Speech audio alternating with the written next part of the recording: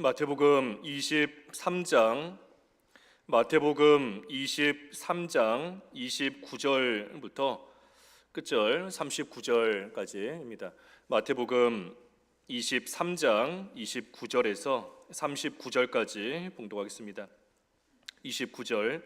화 있을진저 외식하는 서기관들과 바리새인들이여, 너희는 선지자들의 무덤을 만들고 의인들의 비석을 꾸미며 이르되, 만일 우리가 조상 때에 있었더라면 우리는 그들이 선지자의 피를 흘리는데 참여하지 아니하였으리라 하니, 그러면 너희가 선지자를 죽인 자의 자손임을 스스로 증명함이로다. 너희가 너희 조상의 분량을 채우라. 뱀들아, 독사의 새끼들아, 너희가 어떻게 지옥의 판결을 피하겠느냐? 그러므로 내가 너희에게 선지자들과 지혜 있는 자들과 서기관들을 보내매 너희가 그 중에서 덜어는 죽이거나 십자가에 못 박고, 그 중에서 덜어는 너희 회당에서 채찍질하고 이 동네에서 저 동네로 따라다니며 박해하리라. 그러므로 의인 아벨의 피로부터 성전과 제단 사이에서 너희가 죽인 바랴가의 아들 사가랴의 피까지 땅 위에서 흘린 의로운 피가 다 너희에게 돌아가리라. 내가 진실로 너희에게 이르노니 이것이 다 이 세대에 돌아가리라. 예루살렘아, 예루살렘아, 선지자들을 죽이고 내게 파송된 자들을 돌로 치는 자여, 암탉이 그 새끼를 날개 아래에 모음같이 내가 내 자녀를 모으려 한 일이 몇 번이더냐? 그러나 너희가 원하지 아니하였도다. 보라, 너희 집이 황폐하여 버려진 바 되리라. 내가 너희에게 이르노니 이제부터 너희는 찬송하리로다. 주의 이름으로 오시는 이여 할 때까지 나를 보지 못하리라 하시니라. 제목은 예루살렘을 향한 예수님의 탄식입니다. 예루살렘을 향한 예수님의 탄식입니다. 이 13장을 통해 이 바리새인들과 서기관들의 그 외식하는 모습을 예수님께서 쭉 책망을 하시는데, 특별히 그들이 외식하는 모습 그 일곱 가지가 여기 23장에 기록이 되어 있습니다. 앞에 6가지는 우리가 지난 시간까지 통해서 살펴보았고, 이제 그들의 외식하는 모습 이 마지막 7번째가 여기 29절부터 36절까지 기록이 되어 있어요. 이 바리새인들의 외식하는 그 마지막 7번째 모습입니다. 특별히 의인을 박해한다 하는 것인데, 의인을 박해한 것, 여기 29절에서 36절까지 말씀이고, 그리고 37절에서 이제 39절까지는 이 예루살렘에 대한 예언, 예루살렘에 대한 예언이 여기 37절에서 끝절 39절까지 기록되어 있습니다. 먼저 이 바리새인들의 외식 가운데 마지막 7번째 모습을 보면 의인을 박해했다 그랬어요. 의인을 박해했다. 29절 읽어주십시오. 29절. 화 있을진저 외식하는 서기관들과 바리새인들이여, 너희는 선지자들의 무덤을 만들고 의인들의 비석을 꾸미며 이르되. 이 서기관들과 바리새인들이 선지자들의 무덤을 만들고 또 의인들의 이 비석을 꾸몄다 그랬어요. 이 무덤을 쌓아두고 또 비석을 잘 꾸며서 이 아름답게 또 세상을 떠난 그 선지자들과 의인들을 이 기억하며 이 무덤을 잘 만들어 놓은 겁니다. 이 무덤을 만들고 비석을 꾸몄다 하는 것은 그 선지자들, 이미 죽은 선지자들과 그 의인들을 기억하고 또 그들을 지금 존경한다 하는 그러한 모습입니다. 그러니 믿음을 지키다가 앞서간, 특별히 환난을 당했지만 끝까지 믿음을 지켰던 그러한 의인들, 그러한 선지자들을 이 바리새인과 서기관들은 지금 생각하며 그들을 존경하고 있는 겁니다. 이 무덤을 만들고 또 비석을 잘 꾸며 놓은 거예요. 그 성지순례 다녀오신 분들은 그런 말씀들 하시던데, 저는 못 가봤지만 그 영상을 보면 그런 게 많더라고요. 예루살렘에 가면 별의별 교회가 다 있는 것 같아요.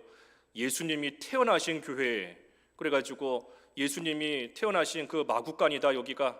그래서 그 마구간을 기념하면서 그 위에다가 세운 교회도 있고, 예수님이 세례 받으신 교회, 그래서 예수님이 세례 요한에게 세례 받으신 그 장소에 세워진 교회다. 그래서 그런 교회도 있고 뭐 별의별 교회가 다 있습니다. 오병이어를 행하신 그러한 교회도 있고 예수님이 묻히신 무덤, 그 무덤을 또 기억하면서 그곳에 세워진 교회다. 또 로마에 가면 그 베드로 성당, 그것도 베드로의 그 무덤 위에 세워진 그러한 또 성당이지 않습니까? 그러니 여러 가지 모양으로 무덤을 만들어 놓고 비석을 꾸미고 하면서 그들을 기억하고 또한 존경하며 나아가는 겁니다. 물론 앞서간 신앙의 선진들 우리가 잘 기억하고 또 어느 정도 또 존경할 수도 있는 겁니다. 하지만 중요한 것은 이 사람은 훌륭한 사람이든 그렇지 못한 사람이든 어떤 사람이든 간에 모든 사람은 그저 한 시대를 살다가 한 시대 하나님 섬기며 살다가 하나님 앞에 가는 것이 모든 사람의 인생인 겁니다.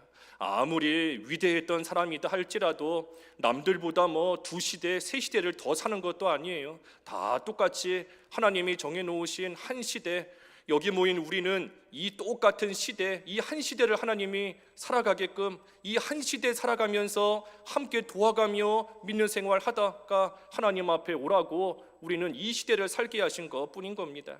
그러니 한 시대를 사는 동안 그 사람이 믿음을 잘 지켰다라고 할지라도 하나님의 은혜 가운데 믿음을 지킨 겁니다. 그 사람이 뛰어나기 때문에 훌륭하기 때문에 남들보다 믿음을 잘 지킨 의인이 스스로 된 것이 아니라 하나님께서 은혜를 주셨기 때문에 참으로 믿음을 끝까지 지킬 수 있었던 것이고 하나님의 은혜를 주셨기 때문에 또 선지자로서 하나님의 일에 쓰임을 받을 수 있었던 거예요. 그러니 우리가 온전히 기억할 것은 앞서간 선지자, 앞서간 의인 그 사람을 기억할 것이 아니라 그들로 하여금 믿음을 잘 지키게 하신 은혜를 베풀어 주신 하나님을 기억해야 되는 것이고 그들에게 은혜 가운데 잘 지킬 수 있게 하신 그들의 믿음을 우리는 기억해야 되는 겁니다. 사람은 다 흠이 있기 마련이에요.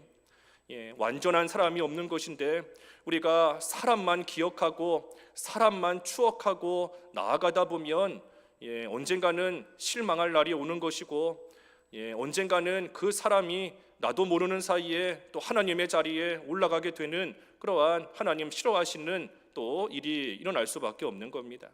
그래서 우리가 기억할 것은 그저 한 시대를 살아가는 동안 은혜를 베풀어 주시는, 그래서 앞선 시대에 앞선 자들에게 은혜를 주셨던 하나님께서 이 시대에 우리에게도 같은 은혜를 베풀어 주실 것을 믿고 소망하고 바라며 우리가 기억할 것은 오직 하나님이다 하는 겁니다. 그리고 하나님께서 그들을 통하여 앞서간 자들을 통하여 우리에게 남겨두게 하신 그들의 믿음, 그 믿음의 행실 우리는 잘 본받고 나아가는 겁니다. 히브리서 13장 이랬죠. 히브리서 13장 7절 읽어주십시오. 히브리서 13장 7절. 히브리서 13장 7절. 하나님의 말씀을 너희에게 일러주고 너희를 인도하던 자들을 생각하며 그들의 행실의 결말을 주의하여 보고 그들의 믿음을 본받으라. 그들의 믿음을 본받으라 그랬어요. 믿음의 행들, 믿음을 본받으라.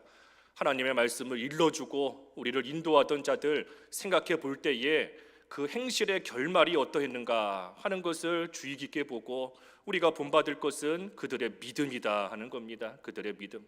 그래서 앞서간 신앙의 선진들, 성경에 나오는 수많은 인물들 아무리 훌륭했다라고 할지라도 우리가 그 사람을 쫓아가는 게 아니라 그들의 믿음, 하나님께서 은혜 가운데 주셨던 그 믿음을 기억하며 잘 본받고 나아가는 겁니다.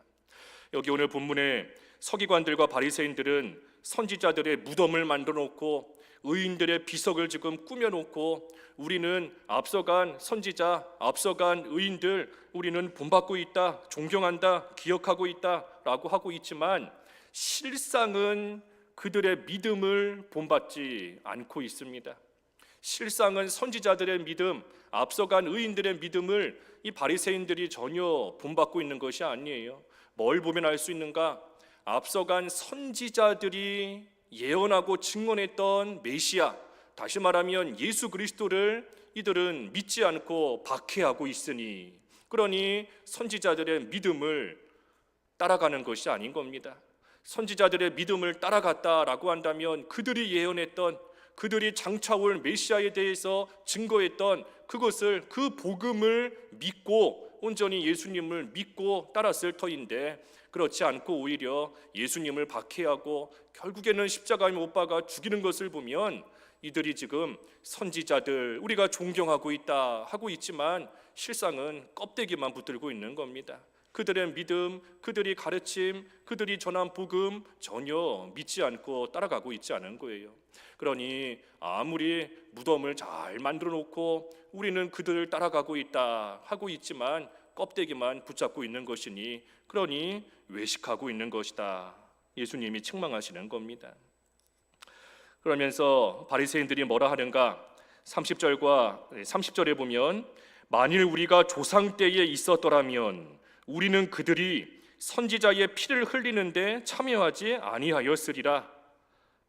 그러니 만약에 우리가 옛날에 조상들이 있었던 그 자리에 있었더라면 우리는 옛날에 선지자 의인을 죽이던 자들과 같이 그렇게 악한 일을 우리는 하지 않았을 거다. 우리가 그 시대에 있었다면 우리는 선지자 의인 잡아 죽이지 않았을 거다, 말하고 있다는 겁니다. 하지만 31절에 그러면 너희가 선지자를 죽인 자의 자손임을 스스로 증명함이로다. 그러니 자기들은 옛날에 선지자와 의인을 잡아 죽인 자처럼 악하지 않고 오히려 우리는 그때에 죽임을 당한 선지자들처럼, 죽임을 당한 의인처럼 우리는 의롭다 하며 바리새인들이 주장하고 나아가고 있지만 실상은 선지자와 의인을 죽인 자와 같은 그러한 악한 일을 똑같이 하고 있다는 겁니다.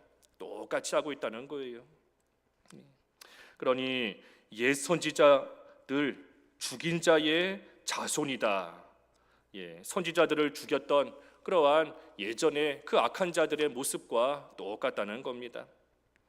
다른 사람을 비방하면서 나 같았으면 그렇게 안 했을 거다, 나 같았으면 그런 죄 안 지었을 거다, 비방하면서 정작 실상은 똑같은 죄를 짓고 있다는 겁니다. 이 바리새인들의 외식하는 모습인 거예요. 그러니 예수님께서 32절, 33절에 너희가 너희 조상의 분량을 채우라, 뱀들아, 독사의 새끼들아, 너희가 어떻게 지옥의 판결을 피하겠느냐. 이 독사가 사람을 물어 죽이는 것처럼 의인을 핍박하고 죽이는 그러한 일에 대해서 지옥의 판결이 있다는 겁니다. 지옥의 판결을 피할 수 없다. 지옥의 판결이 있다는 겁니다.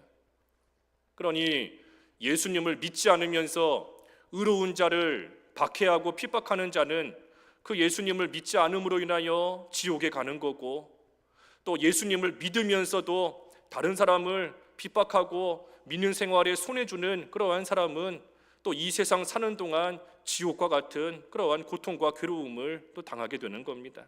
지옥의 판결을 피할 수 없다. 그러니 우리도 어떻게 하든 다른 사람에게 손해주지 않아야 돼요. 우리의 말 한마디로 또 행동 하나로 다른 사람에게 손해주고 다른 사람 믿는 생활 하는 데에 참 이 방해가 되고 하게 되면 이 지옥과 같은 그러한 괴로움을 다른 사람이 당하는 게 아니라 내가 당하는 겁니다. 내가 남에게 손해주고 나면 그 괴로움을 내가 당하는 거예요. 그러니 우리가 항상 성도는 다른 사람을 돕는 자다 그랬는데 우리가 어떻게 하든 잘 도와줘야지 다른 사람에게 손해주면 안 됩니다. 또 다른 사람을 함부로 판단해서 정죄해서도 안 돼요. 내가 볼 때에는 내가 옳은 것 같지만, 내가 볼 때에는 내가 옳은 겁니다. 내가 옳지만 하나님이 보실 때에는 저 사람이 옳을 수도 있는 겁니다. 하나님이 딱 보실 때에는 내가 옳은 게 아니라 저 사람이 옳다, 하나님이 인정하실 수도 있는 거예요. 그러니 우리가 함부로 다른 사람을 판단하고 함부로 다른 사람 정죄해서는 안 되는 겁니다. 우리가 하는 말, 무익한 말, 그 말로써 우리가 심판의 날에 다 신문을 받을 것이다 그랬는데, 우리 앞에 마태복음 12장 36절에서 이미 보았습니다. 12장 36절 읽어봐 주시지요. 마태복음 12장 36절. 내가 너희에게 이르노니 사람이 무슨 무익한 말을 하든지 심판 날에 이에 대하여 신문을 받으리니. 예, 어떤 무익한 말, 무슨 무익한 말을 하든지 심판 날에 이에 대해 신문을 받으리라 그랬습니다. 그러니 우리가 하는 말, 뭐 눈에 보이지 않아요 말, 다른 사람에게 툭 던지는 말, 뭐 눈에 보이지 않는 겁니다. 하지만 그 말에 대해서 신문을 받게 되는, 심판문을 받게 되는 그러한 때가 분명히 있다 했으니 우리가 이것을 알 때에 우리가 말로써 다른 사람에게 상처 주고 손해 주는 일 우리가 하지 않도록 좀 각별히 조심을 해야 됩니다. 우리가 말 한마디 때문에 넘어지는 경우가 많아요. 말 한마디 때문에 실족하고 상처받고 믿음에서 떠나게 만들고 하는 일들이 참으로 많은 겁니다. 그래서 본문의 34절에 그러므로, 34절, 그러므로 내가 너희에게 선지자들과 지혜 있는 자들과 서기관들을 보내매 너희가 그 중에서 더러는 죽이거나 십자가에 못 박고 그 중에서 더러는 너희 회당에서 채찍질하고 이 동네에서 저 동네로 따라다니며 박해하리라. 그래서 의인을 박해하는 일은 옛날에도 있었고 지금도 있고 앞으로도 있을 거라는 겁니다. 앞으로도 하나님께서 선지자들과 지혜 있는 자들, 서기관들 또 보내실 것인데, 하지만 너희가 그 중에서 더러는 죽이고 십자가에 못 박고 더러는 이 동네에서 저 동네로 따라다니면서 박해할 것이다 그랬으니 이러한 일은 과거에만 있었던 일이 아니라 지금도 있고 앞으로도 있을 거라는 겁니다. 계속해서 있는 일이라는 거예요. 그러니 35절 그러므로 의인 아벨의 피로부터 성전과 제단 사이에서 너희가 죽인 바라갸의 아들 사가랴의 피까지 땅 위에서 흘린 의로운 피가 다 너희에게 돌아가리라. 이 아벨은 그 창세기 4장에 나오는 아담의 둘째 아들이지 않습니까? 아담의 둘째 아들 아벨. 하나님 앞에 제사할 때 하나님이 그 제사를 받으시니 형 가인이 시기하고 질투해서 죽인 그러한 성경에 나오는 최초의 순교자라고 할 수 있는 그러한 아벨인 겁니다. 아벨. 또 바라갸의 아들 사가랴 그랬는데 이 사가랴는 그 스가랴예요. 스가랴. 역대하 24장에 나오는 그 여호야다의 아들, 여기는 바라갸의 아들 사가랴 그랬는데 여호야다의 아들 그 스가랴인 겁니다. 역대하 24장에. 그래서 이 스가랴가 왕에게 하나님의 말씀을 바로 전했지만 이 화가 나서 여호와의 전 뜰에서 죽임을 당한, 거기서 죽인 그러한 선지자 스가랴인 겁니다. 그래서 아벨에서부터 스가랴의 피까지 땅 위에서 흘린 의로운 피가 다 너희에게 돌아가리라. 그랬습니다. 그러니 이 피를 흘린, 의로운 자의 피를 흘린 이러한 죄를 이 세대에 돌아간다. 이 세대가 함께 다 담당해야 된다 하는 겁니다. 모두가 함께 이 세대, 같은 세대를 살고 있으니 이 세대가 그 죄를 함께 담당하게 된다는 거예요. 여기 오늘 본문에는 의로운 피가 너희에게 돌아간다 그랬는데 같은 말씀이 그 누가복음 11장에도 나옵니다. 그 누가복음 11장 51절에 보면 너희가 담당하리라 그랬어요. 11장 51절 누가복음 11장 51절. 곧 아벨의 피로부터 제단과 성전 사이에서 죽임을 당한 사가랴의 피까지 하리라. 내가 너희에게 이르노니 과연 이 세대가 담당하리라. 이 세대가 담당한다는 겁니다. 이 세대가 함께 담당한다는 거예요. 그러니 내가 지은 죄를 나만 담당하는 게 아니라 다른 사람들도 함께 내 죄를 담당하는 겁니다. 또 반대로 다른 사람이 지은 죄도 그 사람만의 죄가 아니라 이 세대를 함께 살고 있는 우리 모두가 함께 그 죄를 담당한다는 거예요. 그러니 나만 죄 안 짓는다고 해서 되는 게 아니라, 나만 죄 안 짓는다고 해결되는 것이 아니라는 겁니다. 나도 죄 안 지어야 되지만 다른 사람도 죄를 짓지 않도록, 왜냐하면 그 사람이 죄를 지어도 그것을 같은 시대를 살고 있는 우리 모두가 다 담당해야 되니, 그러니 다른 사람도 죄 짓지 않도록 잘 도와주고, 죄에 대해서는 그저 그 사람만의 죄다, 그 사람의 문제다 하고 넘길 것이 아니라 그 죄에 대해서 함께 회개하며 함께 담당하며 나아가야 된다는 겁니다. 그래서 이 죄에 대해서는 같은 시대를 살고 있는 우리 모두가 함께 담당하는 거예요. 한 시대를 살고 있기 때문인 겁니다. 같은 시대. 배를 모두가 함께 타고 가고 있는데 한 사람이 그 배에 구멍을 뚫어버린다라고 한다면 구멍을 뚫은 그 사람만 물에 빠져 죽는 게 아니에요. 같은 배에 타고 있는 이상 한 사람이 배에 구멍을 뚫으면 그 사람으로 인하여 그 배에 타고 있는 모든 사람이 다 물에 빠져 죽을 수밖에 없는 겁니다. 그래서 어떻게 하든 나도 하나님 앞에 바로 서야 되지만 다른 사람도 하나님 앞에 바로 설 수 있도록 또 그 사람의 죄를 함께 회개하며 우리 모두가 함께 담당해야 되는 겁니다. 의도 마찬가지예요. 죄뿐만이 아니라 의도 우리 모두에게 함께 돌아오는 겁니다. 우리가 의를 행하면 하나님께서 의를 행한 자에게 주시는 복이 있습니다. 상이 있어요. 우리가 새벽에 시편 18편에서도 본 것처럼 하나님께서 의를 따라 상을 주시고 손의 깨끗함을 따라 하나님께서 갚아주신다 그랬는데 하나님 앞에 의를 행하는 대로 하나님께서 그 사람에게 주시는 상이 있고 하나님이 갚아주신다는 겁니다. 의를 행하면 그 사람은 복을 받는 것이고 하지만 그때에 그 의인으로 인한 혜택이 그 세대에 돌아가는 겁니다. 의를 행한 자의 복은 의를 행한 그 사람이 받는 거예요. 하나님이 주시는 상은 의를 행한 그 사람이 받는 겁니다. 하지만 그때의 혜택은 그 세대에 살고 있는 모든 사람에게 돌아간다는 겁니다. 하나님께서 소돔에 의인 10사람을 찾으셨어요. 하지만 우리가 아는 것처럼 의인 10사람이 없었기 때문에 결국은 소돔은 망한 겁니다. 하지만 그 소돔에 만약에 의인 10사람이 있었다라고 한다면 그 의인 10사람은 자기들의 의를 따라 하나님이 주시는 상을 받는 겁니다. 그리고 그 의인 10사람으로 인하여 그 소돔성의 혜택이 돌아가는 거예요. 그 의인 10사람 때문에 소돔이 멸망하지 않고 하나님께서 주시는 은혜의 혜택을 받아 그 소돔성이 서 있을 수 있게 되는 겁니다. 그래서 의를 행하는 만큼 자기의예요. 자기의. 하나님이 자기에게 상을 주시는 겁니다. 의를 행하는 자에게. 하지만 그때의 혜택은 이 세대가 함께 담당하며 이 세대가 함께 그것을 받게 되는 겁니다.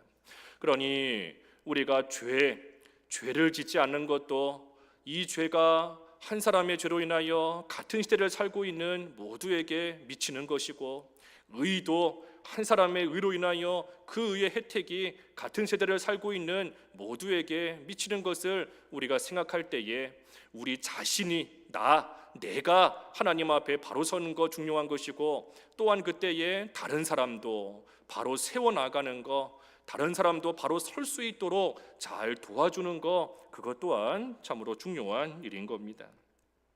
그래서 우리가 내가 의를 행하면 나도 살고 다른 사람도 또 살리는 또 그런 역사가 있을 수 있는 거예요. 내가 바로 살면 내가 하나님 바로 섬기면 하나님께서 주시는 은혜가 내 가정에 또 내 교회에 또 우리나라에 또 하나님이 주시는 은혜의 혜택이 또 얼마든지 미칠 수 있는 겁니다.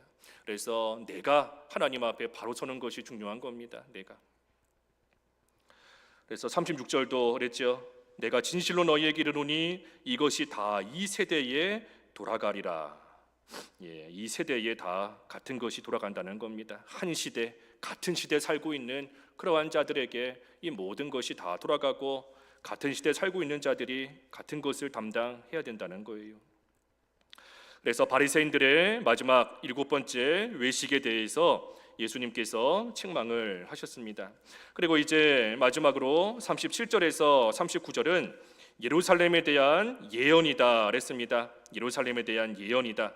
37절에 예루살렘아 예루살렘아 선지자들을 죽이고 내게 파송된 자들을 돌로 치는 자여 암탉이 그 새끼를 날개 아래 모음같이 내가 내 자녀를 모으려 한 일이 몇 번이더냐 그러나 너희가 원하지 아니하였도다. 예수님께서는 예루살렘 백성 하나님 앞으로 인도하시기 위해 그들을 여러 번 권면하시고 여러 번 책망하시고 여러 번 말씀해 주셨지만 이 예루살렘에 살고 있는 이스라엘 백성들은 하나님께 돌아오기를 원하지 않았다. 하나님께 돌아오기를 원치 않고 오히려 파송된 선지자들 돌로 치고 선지자들을 죽이고 그리고 마침내는 예수님까지 십자가에 못 박아 죽이는 그러한 일을 결국에는 하게 되는 겁니다. 돌아오기를 원하시지만 암탉이 그 새끼를 품에 품는 것 같이 하나님께 돌아오기를 기다리고 계시지만 하지만 이스라엘은 원하지 않았다. 돌아오지 않는다는 겁니다. 하나님의 사랑이 뭔가? 이스라엘을 향하신 하나님의 사랑, 오늘날 우리를 향하신 하나님의 사랑이 뭔가? 암탉이 그 새끼를 날개 아래 모으는 것 같이 우리를 불러주시는 것, 이것이 하나님의 사랑인 겁니다. 하나님께서는 우리를 늘 불러주시며 암탉이 새끼를 날개 아래 품는 것 같이 하나님께 오라고, 하나님의 날개 그늘 아래로 들어오라고, 하나님의 품 안으로 오라고 우리를 한결같이 계속해서 불러주시는 것, 우리를 모아주시는 것, 그것이 우리를 향하신 하나님의 사랑인 겁니다. 우리를 그 날개 그늘 아래에서 포근하게 안전하게 우리를 지켜주시려고, 그 날개 그늘 아래에서 우리에게 참된 안식을 주시려고, 참된 평안을 주시려고, 그래서 그 날개 그늘 아래에서 참된 행복을 누리는 그러한 자로 살게 하시려고 하나님께서는 계속해서 우리를 날개 그늘 아래로 오라고 암탉이 새끼를 부르고 모으는 것처럼 우리를 불러주시고 모으고 계시는 겁니다. 그런데 우리의 어리석음이 무엇인가? 원하지 않았다, 원치 않는다. 하나님의 부르심대로 주님의 품 안에 가서 안기기를 원치를 않는다는 것, 그것이 우리의 어리석음인 거고 사람의 어리석음인 겁니다. 다른 데 가서 살면 잘 살 수 있는 줄 알고, 다른 데 가서 잘 먹고 잘 살고 행복하게 살 수 있는 줄 알고 하나님의 품이 아닌 자꾸만 다른 데로 가버리니, 그러니 이 사람의 어리석음인 겁니다. 하지만 이 새끼 암탉이 자기의 어미인데 이 새끼가 어미에게 가야 참된 안식과 평안이 있는 것이지, 아무리 다른 데 가서 암탉이 아닌, 병아리가 암탉이 아닌 어디 다른 무슨 오리에게 간다든지 다른 무슨 꿩에게 간다든지 다른 거에서 아무리 가서 거기서 잘 살아보려고 한들 결국에는 버림받게 되어 있는 겁니다. 자기 새끼가 아닌데 조금은 잘해줄 수 있을지 몰라도 언젠가는 다 버림받게 되어 있는 거예요. 하나님이 우리 아버지이신데, 하나님이 나의 아버지이시고 하나님이 나의 의지가 되시고 나의 보호자가 되시는 것인데, 우리가 하나님이 아닌 다른 것을 찾아가서 아무리 잘 살아보려고 아무리 행복을 누려보려고 한다고 한들 되지 않는 겁니다. 되지 않아요. 하나님의 자녀가 된 우리의 참된 행복이 어디 있는가? 하나님 아버지 품에 있는 겁니다. 자녀가 아버지 품에 안겨 있을 때 참으로 그 마음도 든든하고 그 마음도 편안하고 참으로 행복한 것처럼, 우리는 하나님 아버지 품 안에 있을 때, 날개 그늘 아래에 피해 들어갈 때, 그때 우리에게 참된 행복이 있고 참된 만족이 있고 참된 기쁨이 있는 겁니다. 그래서 하나님께로 오기를, 주의 날개 아래로 오기를 우리를 부르시며 원하시지만 우리가 원치 않고 가지를 않는다. 지금 이스라엘의 모습이 그와 같은 겁니다. 반면에 룻은 주의 날개 그늘 아래로 피해 들어갔어요. 그 룻기 2장 12절 읽어주십시오. 룻기 2장 12절.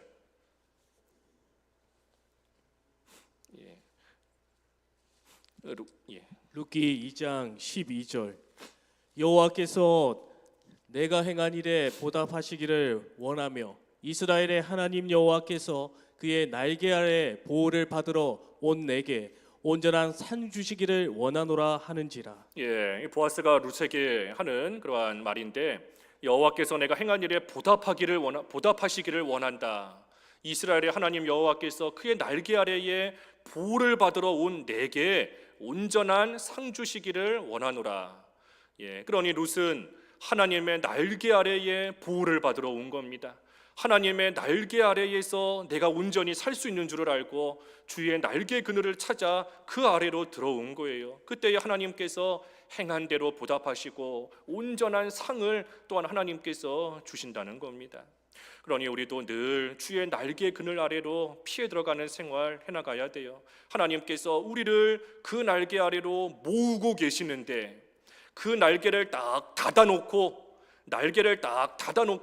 그 날개 아래로 들어오지 못하게 막아놓으셨다면 우리가 피해갈 수 없겠지만 하나님께서는 암탉이 그 새끼를 날개 아래 모으시는 것 같이 지금도 그 날개를 활짝 펴시고 우리로 하여금 그 날개 아래로 들어오라고, 들어오기만 하면 온전한 상으로 하나님이 갚아주시고 행한 대로 보답해 주시는 그러한 하나님이 주시는 참된 안식이 있으니 그 아래로 피해 들어오라고 우리를 지금도 기다리시며 우리를 부르고 계시는 겁니다.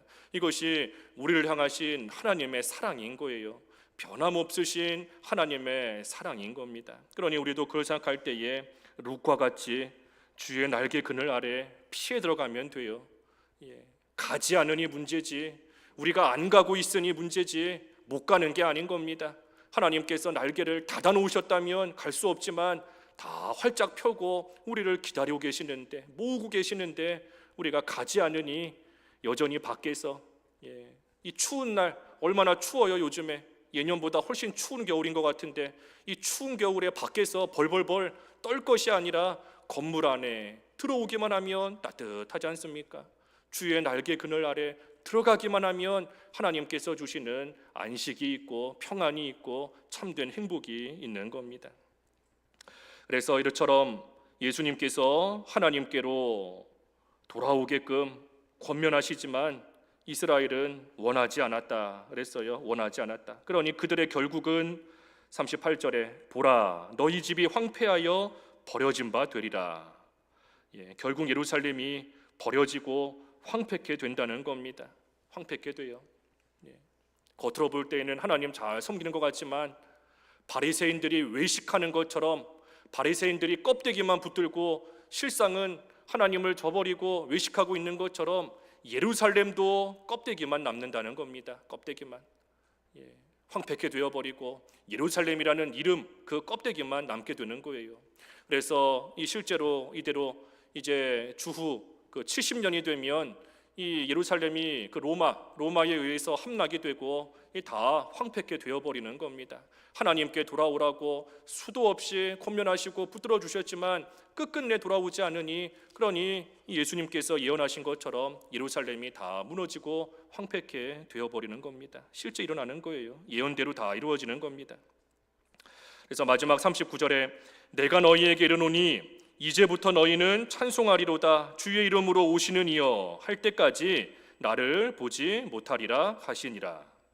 그래서 찬송하리로다 주의 이름으로 오시는 이여 할 때까지, 다시 말하면 우리 예수님께서 재림하실 때까지, 그때까지 이스라엘은 예수님을 다시 보지 못할 것이다. 이것 또한 예수님의 예언인 겁니다. 예수님이 재림하실 때까지 예수님을 다시 못 본다는 거예요. 이스라엘은 못 본다는 겁니다. 그러니 예루살렘이 그 주후 70년에 황폐케 되고 난 이후에, 로마에 의해서 함락당하고 멸망하고 난 이후에 이 이스라엘은 나라를 잃어버리고 1000년이 넘는 시간을 전 세계를 헤매며 말할 수 없는 그러한 고통과 괴로움을 당하게 되는 겁니다. 하나님께로 돌아오지 않기 때문에, 예수님을 믿지 않기 때문에, 예수님의 예언처럼 예수님이 이 세상에 다시 오시는 그날까지 예수님을 다시 보지 못하며 말할 수 없는 괴로움을 당하는 거예요. 예수님을 멀리 떠나는 거, 예수님을 보지 못하는 거, 그것이 고통이고 괴로움인 겁니다. 우리 인생의 괴로움이 뭔가 예수님을 보지 못하는 것이 괴로움인 겁니다. 예수님을 만나지 못하는 거, 예수님을 알지 못하는 거, 그것이 괴로움이고 그것이 인생의 고통인 겁니다. 그래서 지금 예루살렘, 이스라엘 또한 예수님을 보지 못하니, 그러니 1000년이 넘는 그 긴 시간을 말할 수 없는 고통과 괴로움을 실제로 당하게 되었잖아요. 우리가 역사적으로 다 알 수 있는 겁니다. 하지만 감사한 것은 예수님이 재림하실 때까지 보지 못할 것이다. 그랬으니 반대로 말하면 예수님이 재림하시는 그 때가 되면 예수님을 다시 보게 된다는 겁니다. 그러니 이스라엘의 회복을 또한 예언하신 거예요. 한편으로는 이스라엘이 당할 그러한 괴로움과 고통을 예언하신 것이지만 또 한편으로는 이스라엘이 예수님이 재림하시는 그 때가 되면 다시 예수님을 보게 될 것이다. 다시 이스라엘이 회복이 되어서 주님 앞으로 나오게 될 것, 그것을 예언한 말씀인 겁니다. 그래서 예수님께서 재림하시기 전에 일어날 여러 가지 징조들이 있는데 이제 그게 뒤에 24장 마태복음 24장에서 우리에게 교훈해 주시는 말씀인 겁니다. 말세에 일어날 징조, 예수님이 재림하실 때 일어날 징조들인 것인데 그 중에 하나가 뭔가 무화과 나무 가지가 연해지고 거기서 잎이 난다는 거, 그 징조의 예언이 그 뜻이 뭔가 이스라엘이 회복된다 하는 거지 않습니까? 이스라엘이. 그래서 이스라엘이 예수님의 예언대로 이미 국가적으로는 회복이 된 겁니다. 국가적으로는 1947년, 48년 그때 이스라엘 국가는 독립을 했고 이스라엘 국가는 회복이 된 거예요. 예수님 재림하시기 전에 일어날 징조에 대한 예언이 이루어져서 이스라엘이 국가적으로는 회복이 된 겁니다. 하지만 영적으로는 여전히 회복되지 못한 그러한 가운데 있는 것이고, 하지만 우리 예수님의 예언처럼 우리 예수님 다시 오시는 그날이 될 때에 이스라엘은 영적으로도 온전히 회복이 되어서 하나님의 백성으로 다시 예수님을 영접하는 그러한 귀한 일이 있게 될 겁니다. 그래서 이 일, 예루살렘이 주님께 돌아오기를 간절히 바라시지만 이스라엘이 끝끝내 돌아오지 않는 그런 모습을 보실 때에 우리 예수님께서 탄식하시는 거예요. 오늘 제목과 같이 탄식하시는 겁니다. 껍데기만 붙들고 있고 외식하는 모습으로 실제로 하나님을 바르게 섬기지는 않고 있으니 그들이 얼마 가지 않아 멸망할 것을 아시는 우리 예수님께서 그들을 생각하실 때에 참으로 탄식하시는 겁니다. 하나님께 돌아오기만 하면 되는데, 예수님을 믿고 영접하고 하나님께로 진정으로 돌아오기만 하면 하나님께서 암탉이 새끼를 품는 것 같이 그들을 품어주시고 그들에게 참된 복을 주실 것인데, 그런데 그들은 원하지 않고 계속해서 예수님께로부터 멀어지며 스스로 고통당하는 그러한 가운데 나아가고 있으니 그들을 사랑하시는 우리 예수님께서 그들을 바라보시며 탄식하시는 그러한 내용이 오늘 본문의 쭉 말씀인 겁니다. 그래서 과거에 이스라엘을 생각하시며 탄식하실 뿐 아니라 오늘 우리를 바라보시며 탄식하시지는 않을런지, 우리 또한 바리새인처럼 외식하는 모습으로 그저 겉으로만 하나님 잘 섬기고 있는 그러한 모습, 실상은 하나님을 멀리 떠나고 참으로 껍데기만 붙들고 있으면서도 잘하고 있는 줄로 착각하고 있는 그러한 우리를 바라보시며 탄식하고 계시지는 않을런지.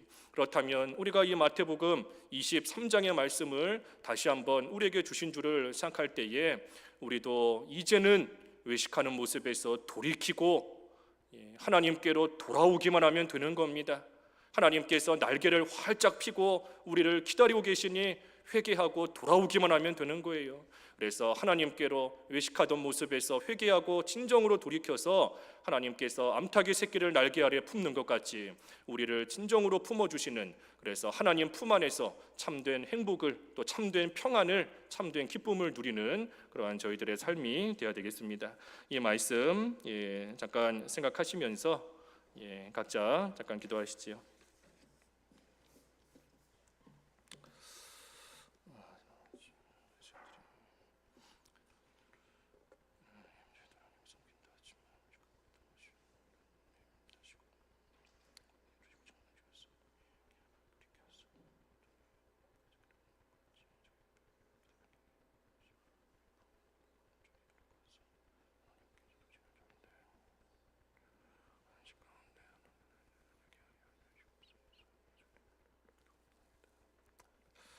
기도하겠습니다. 하나님 아버지, 바리새인들의 외식을 우리 예수님께서 책망하셨는데 말씀을 통하여 저희들의 모습을 비춰보게 하여 주시옵시고, 저희들도 하나님 섬긴다 하지만 껍데기만 붙들고 하나님 진정으로 기뻐하시는 모습으로 하나님 섬기고 있는지 잘 돌이켜 볼 수 있도록 인도하여 주시옵소서. 그래서 바리새인처럼 외식하는 모습으로 살아왔다면 이제는 회개하고 돌이켜서 참으로 암탉이 그 새끼를 날개 아래 모음같이 저희를 기다리고 계시고 저희를 불러주시는 하나님께로 온전히 회개하고 돌아가 하나님의 품 안에서 하나님 주시는 참된 안식과 행복을 누리며 살아가는 저희들의 삶이 될 수 있도록 은혜를 베풀어 주시옵소서. 예수님의 이름으로 기도하옵나이다. 아멘.